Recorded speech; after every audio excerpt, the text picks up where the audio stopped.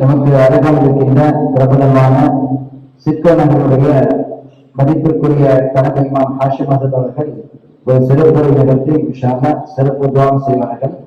ஹசரத் அவர்களை பேசுவதற்காக ஏற்பாடு.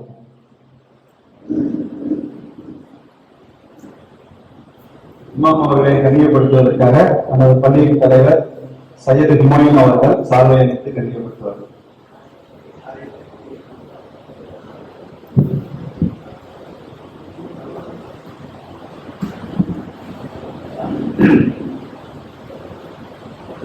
السلام عليكم ورحمة الله وبركاته.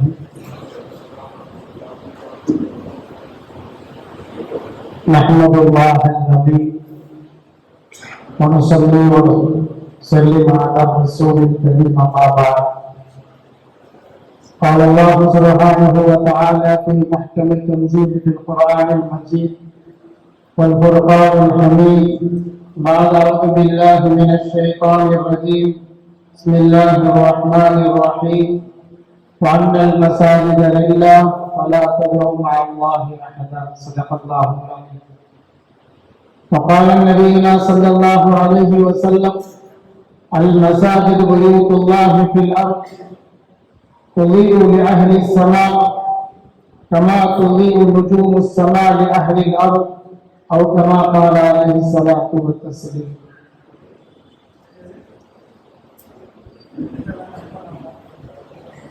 சிறப்பான இந்த நிகழ்ச்சிக்கு தலைமையேற்றிருக்கக்கூடிய மரியாதைக்குரிய தலைவர் அவர்களே, எனக்கு முன்னாலே நல்ல பல கருத்துக்களை அவர்களுக்கு உரித்தான பாணியில் தெளிவாக பேசிவிட்டு அமர்ந்திருக்கின்ற கண்ணியத்திற்குரிய உலகாந்தர மக்களே, எல்லா உலமாக்களுடைய பெயரும் சொல்ல வேண்டும் என்று மனம் ஆசைப்பட்டாலும் நேரம் அதற்கு இடம் கொடுக்கவில்லை என்பதன் காரணமாக பெயர் சொல்லாமல் அந்த உலமாக்களை இங்கே நான் கண்ணியப்படுத்துகின்றேன். அதே போன்ற இந்த நிகழ்ச்சிக்கு வருகை தந்திருக்கக்கூடிய பெரியோர்களே, சகோதரர்களே, மஸ்ஜிதுடைய நிர்வாக பெருமக்களே, அல்லாஹ்வுடைய பேரருளால் இந்த மஸ்ஜித் இந்த அளவிற்கு அழகாக பிரகாசித்துக் கொண்டிருக்கின்றது.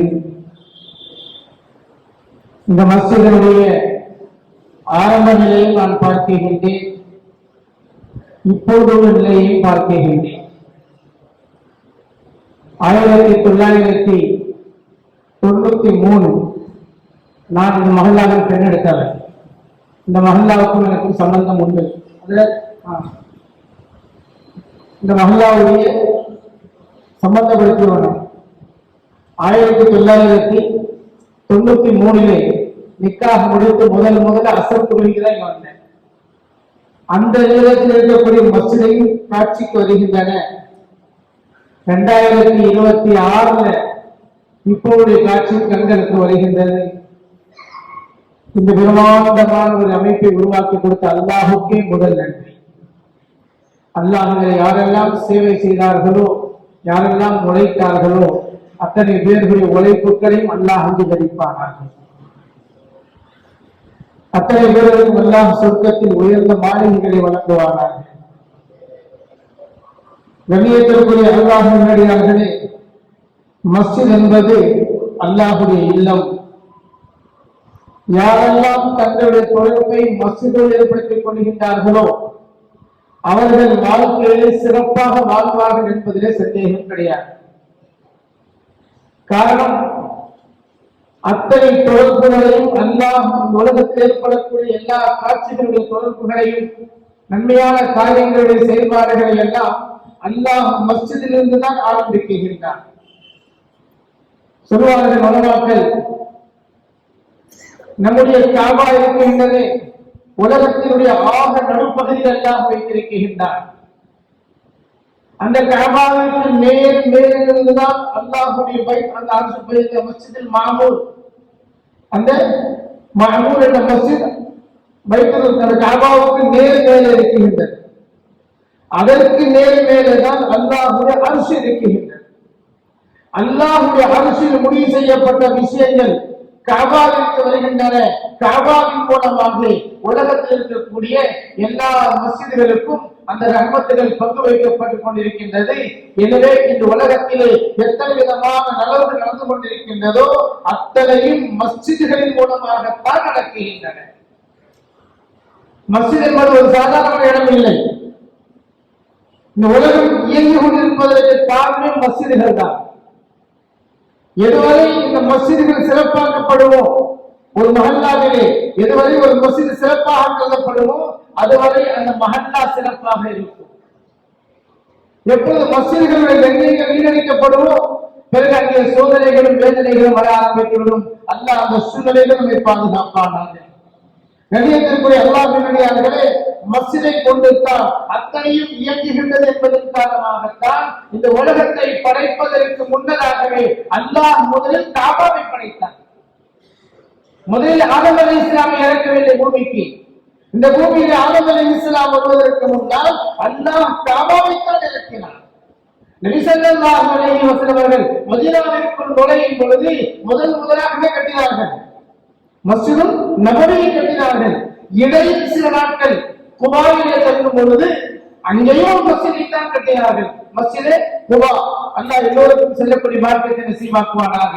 மீண்டும் மீண்டும் நபியுடைய ரவுலாவை தரிசிக்கின்ற மார்க்கத்தை நசீபாக்குவானாக. மஸ்ஜிதே குபாவிலே தொழுகுவது ஒரு தனிப்பட்ட இபாதத். ஹதீஸ்ல வருகிறது. உம்ராவிற்கு சமமான இபாதத் அது. அன்பிற்குரியவர்களே, ஏற்று வருகின்றேன். மஸ்ஜிதை கொண்டுத்தான் அத்தனையும் இயங்குகின்றது என்பதன் காரணமாகத்தான் முதல் இல்லம் காபாவாக அல்லாஹ் இறக்கினான். நபி ஸல்லல்லாஹு அலைஹி வஸல்லம் மஸ்ஜிதுல் நபவி முதலாவதாக படைத்தார்கள். ஏன்? கியாமத்துடைய நாள் வரும் பொழுது ஹஜ்ரத் ஈசா அலைஹிஸ்ஸலாத்து வஸலாம் இந்த பூமிக்கு வருவார்கள். அப்பொழுது டமாஸ்கஸில் இருக்கக்கூடிய ஒரு மஸ்ஜிதின் மீது தான் ஹஜ்ரத் மூசா அலைஹிஸ்ஸலாம் வந்து இறங்குவார்கள். அல்லாஹ் நினைத்திருந்தால் அவர்களை நேராக தஜ்ஜால் எங்கே இறக்குகின்றாரோ அங்கே இறக்கி இருக்கிறார். ஆனால் ஹதீஸ்ல வருகிறது அப்படி இல்லை. ஹஜ்ரத் ஈசா அலைஹிஸ்ஸலாம் இந்த பூமிக்கு வரும் பொழுது முதலில் அவர்கள் இறக்கப்படக்கூடிய இடம் எது? மஸ்ஜிது தான். மஸ்ஜிதில் வந்து அசர் தொழுதுவிட்டு அதற்கு பிறகுதான் தன்னுடைய பணியை தொடங்குவார்கள். காரணம், அல்லாஹ்வுடைய ரஹ்மத் பங்கு வைக்கப்படக்கூடிய இடம் எது? மஸ்ஜிதாக இருக்கின்றது. எனவே நம்முடைய அத்தனை காரியங்களும் முக்கியங்களாக எல்லாம் மஸ்ஜிதிலிருந்து தொடங்க வேண்டும். நம்முடைய நிக்காஹ் மஸ்ஜிதில் அமைய வேண்டும். அதே போன்று நம்முடைய எந்த விதமான நிக்காஹ் சம்பந்தப்பட்டவர்களை அல்லாஹ் பாதுகாக்க வேண்டும். எந்த பிரச்சனை ஏற்பட்டாலும் அதை மஸ்ஜிதுக்குள்ளே தீர்த்துக் கொள்ள வேண்டும். ஆரம்பத்தில் மந்திரம் சொன்னாங்க இல்லையா?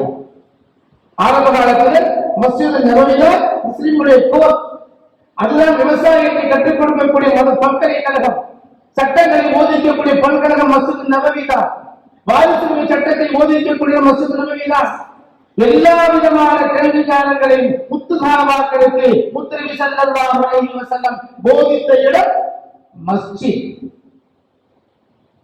மஸ்ஜிதை இதுவரை உம்மத் தன்னுடைய வாழ்க்கைக்கு வழிகாட்டியாக இருந்து கொண்டதோ அப்பொழுது எல்லா விதமான பிரச்சனைகளும் மஸ்ஜிதிற்குள்ளே தீர்ந்து கொள்கின்றன. கோர்ட்டுகளுக்கும் காவல் நிலையத்திற்கும் செல்ல வேண்டிய நிலை ஏற்படவில்லை. எப்பொழுது இந்த சமுதாயம் உலகிற்கு மட்டும்தான் மஸ்ஜித், மற்றதெல்லாம் வெளியே கிடைக்க ஆரம்பிச்சோ, ஒண்ணுக்கு இருந்து சரியா கருது தெரியாதவருக்கு முன்னாடி போய் நம்ம பஞ்சாயத்து பேச வேண்டிய கட்டாயத்தை வந்துட்டோம். நல்லா பாதுகாப்பு முஸ்லிம்கள் நம்ம முன்மாதிரி, நாம் தான் வழிகாட்டிகள். குர்ஆன் நமக்கு கொடுக்கப்பட்டது, நமக்கு கூட கட்டமைக்கப்பட்டிருப்பதை போன்ற ஒரு அமைப்பு வேற எந்த சமூகத்திற்கும் அமைக்கப்படவில்லை. எல்லா விதமான கட்டமைப்புகளும் இந்த சமுதாயத்திற்கு, முஸ்லிம் சமுதாயத்திற்கு அல்லாஹ் வழங்கியிருக்கின்றான். ஆனால் நாம் அவர்களை கவனிப்பதே இல்லை. எனவே இந்த மஸ்ஜிதில் அமல் செய்யும் கண்ணியப்படுத்தக்கூடிய சூழ்நிலையிலே நம்முடைய எல்லா பிரச்சனைகளுக்கும் தீர்வு காணக்கூடிய இடமாக மஸ்ஜிதைத்தான் ஆக்க வேண்டும். நலவாக இருந்தாலும் மஸ்ஜித் இருந்தால், பிரச்சனை ஏற்பட்டாலும் அதற்கு தீர்வும் மஸ்ஜிதிலிருந்து நாம் பெற்றுவதற்கு முயற்சிக்க வேண்டும். அந்த அளவிற்கு மஸ்ஜித் 24 மணி நேரமும் எல்லா சேவைகளுக்கும் தயாரான நிலையை திறந்து நிற்க வேண்டும். மஸ்ஜிதுகள் என்பது கண்ணியத்திற்குரியவர்களே, யார் மஸ்ஜிதை கண்ணியப்படுத்துவார்களோ, அதற்கு தேவையான உதவிகளை யார் வழங்குவார்களோ அல்லாஹ் அவர்களுக்கு தேவையானதை கொடுத்துக் கொண்டே இருப்பார்.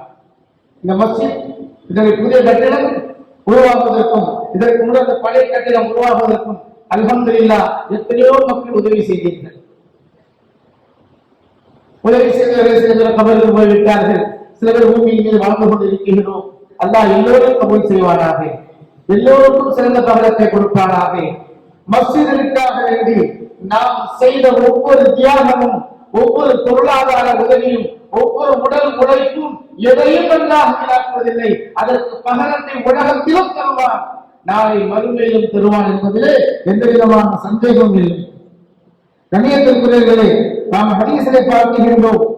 ஹதரத் ரசூலுல்லாஹி ஸல்லல்லாஹு அலைஹி வஸல்லம் அவர்கள் சொன்னார்கள், ஹதீஸ் வருகிறது, தமீமுத் தாரி ரலியல்லாஹு அன்ஹு, ஹதரத் தமீமுத் தாரி ரலியல்லாஹு அன்ஹு அவர்கள் வெளியூருக்கு செல்கின்றார்கள். சென்று விட்டு திரும்புகின்றார்கள். அப்படி திரும்பும் பொழுது அந்த ஊர்ல அவர் திரும்பும் பொழுது ஷாம் தேசத்திலே ஒரு விளக்கை பார்க்கின்றார்கள். விளக்கு தெரியல, அந்த காலத்துல என்ன செய்வாங்க, எண்ணெய் ஊத்தி பத்த வைப்பாங்க. அது மாதிரி விளக்கு பார்த்தார், அது ரொம்ப பிடிச்சிருந்துச்சு.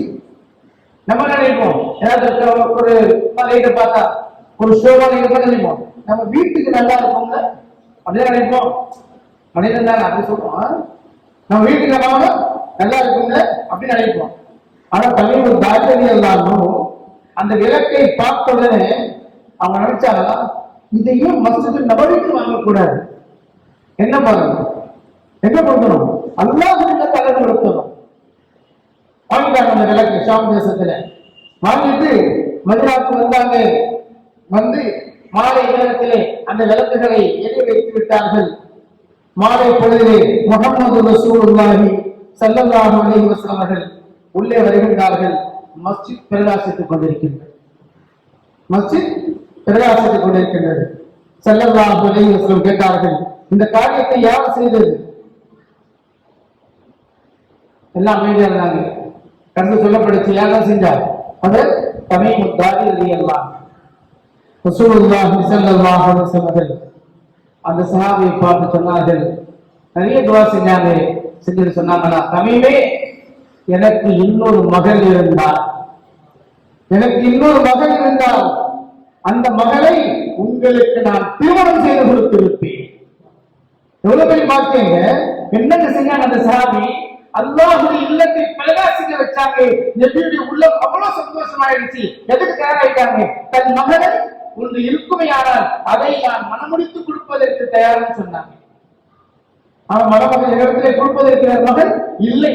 எனவே அவர்கள் வருத்தப்படும் பொழுது அந்த கூட்டத்தில் இருந்த நௌபலுக்கு ஹாரிஸ் ரலியல்லாஹு அன்ஹு அவர்கள் எழுந்திருக்கின்றார்கள். சொன்னாங்க, யா ரசூலல்லாஹ், எனக்கு ஒரு மகள் இருக்கின்றார், உங்கள்கிட்ட இல்லை, உங்களுக்கு கொடுக்க ஆசை ஆனா இல்லை, என்ற இருக்கு, நான் கொடுக்க தயார். இப்பொழுது கேட்டாங்க, தலைமுறை நிக்காஹ் முடிஞ்சு வச்சு பள்ளிவாசல் அதே மஜ்லிஸ்ல நம்மள மாதிரி 6 மாசம் 8 வருஷம் கிடையாது நிக்காஹுக்கு. நம்ம ஒரு நிக்காஹ் எப்படி செய்யணும்? நிச்சயத்துக்கு ஒரு காலம், நிச்சயத்துக்கு பிறகு கல்யாணத்துக்கு 6 மாசம் 1 வருஷம். அதுக்குள்ள என்னென்ன பலாய் நடக்கக்கூடாது அதெல்லாம் நடந்துருக்கு. அல்லாஹ் பாதுகாக்க. அப்போ சொல்லக்கூடிய நோக்கம் இதுதான், அல்லாஹ்வுடைய இல்லத்தை பிரகாசிக்க வைத்த உடனே அந்த சஹாபி என்ன செஞ்சாங்க?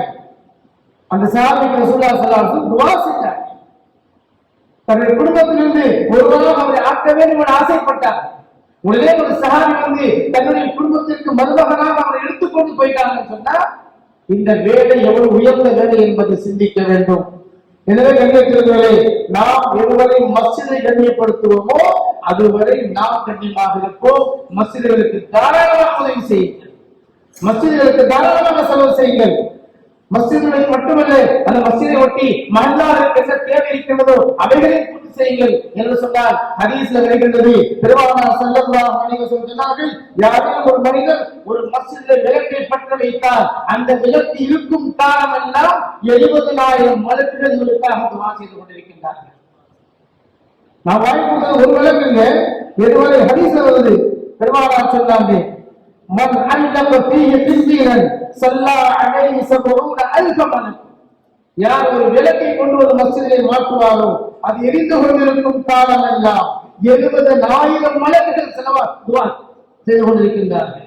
ஹதீஸ் வருகின்றது, ஒமன் மஸத ஃபீஹி ஹஸீரன், யார் மஸ்ஜிதிலே ஒரு பாயை வாங்கி வைக்கின்றாரோ ஸல்லா அலைஹி ஸல்லூன அல்ஃப மலக், அல்லாஹ் அவருக்கு 70,000 மலக்குகள் துஆ செய்து கொண்டிருக்கின்றார்கள். ஹத்தா யன்ஃபதி அதாமிகல் ஹசீர், அந்த பாய் அந்த பள்ளியை விட்டு வெளியே போகின்றார். யோசிச்சு பாருங்க, நம்ம வாங்கி கொடுத்த பாய் 1 வருஷம் 2 வருஷம் 3 வருஷம் மக்கள் தொழுதுட்டே இருக்கிறாங்கன்னு சொன்னா அதுவரை என்ன செய்யறாங்க? 70,000 மலக்குகள் ஒவ்வொரு நாளும் நமக்காக துஆ செய்வாங்க சொன்னால் மஸ்ஜிதுடைய கண்ணியம் தான் என்ன, மஸ்ஜிதுக்கு செலவு செய்யக்கூடிய பொருளாதாரத்தினுடைய மதிப்பு தான் என்ன, கொஞ்சம் சிந்தித்து பாருங்கள். எனவே இந்த மஸ்ஜிதிற்கு தாராளமாக எப்பொழுதெல்லாம் தேவை வருகின்றதோ, இப்பதானே கொடுத்தேன் பின்னும் கொடுக்கணுமா அப்படின்னு கேட்கக்கூடாது. இனியும் கொடுப்பேன் இன்ஷா அல்லாஹ், என் ஹயாத் இருக்கிறவரை கொடுத்துக் கொண்டே இருப்பேன் அப்படின்னு செய்யலாம். இன்ஷா அல்லாஹ் கொடுப்பீங்களா? இன்ஷா அல்லாஹ் அல்லாஹ் நம்மை கொடுக்கும் கரங்களாக ஆக்கி வைப்பானாக. சுல்லல்லாஹு அலைஹி வஸல்லம் யதுல் உல்யா கைரும் மின் யதிஸ் சுஃப்லா, கீழிருக்கும் கையை விட மேலிருக்கும் கைதான் சிறந்தது. எனவே எப்பொழுதும் கொடுக்கக்கூடிய மனப்பான்மையிலே அல்லாஹ் நம்மை வாழ வைப்பானாக. அதுவும் அல்லாஹுக்கு பிடித்தமான இடத்திலே பிடித்தமானவர்களுக்கு, அல்லாஹ் விரும்பக்கூடியவர்களுக்கு தாராளமாக செலவு செய்யக்கூடிய மனப்பக்குவத்தை அல்லாஹ் நமக்கு வழங்குவானாக என்று துஆ செய்கிறவராக என்னையும் ஒருவராக மதித்து இந்த உயர்தரமான மஜ்லிஸில் அழைத்தமைக்காக இந்த ஜமாத்தார்களுக்கும் இமாம் அவர்களுக்கும் அனைவருக்கும் நன்றி கூறி வாய்ப்பளித்தமைக்கு மீண்டும் ஒரு தடவை அல்லாஹ் உங்களுக்கு அவன் தகுதிக்கு ஏற்ப உயர்ந்த கூலிகளை வழங்குவாராக என்று துஆ செய்து வாய்ப்புக்கு நன்றி கூறி வார்த்தைகளை முடிக்கின்றேன். வாஹிரு தஅவானா அல்ஹம்துலில்லாஹி ரப்பில் ஆலமீன். அஸ்ஸலாமு அலைக்கும் வரஹ்மத்துல்லாஹி வபரகாத்துஹு.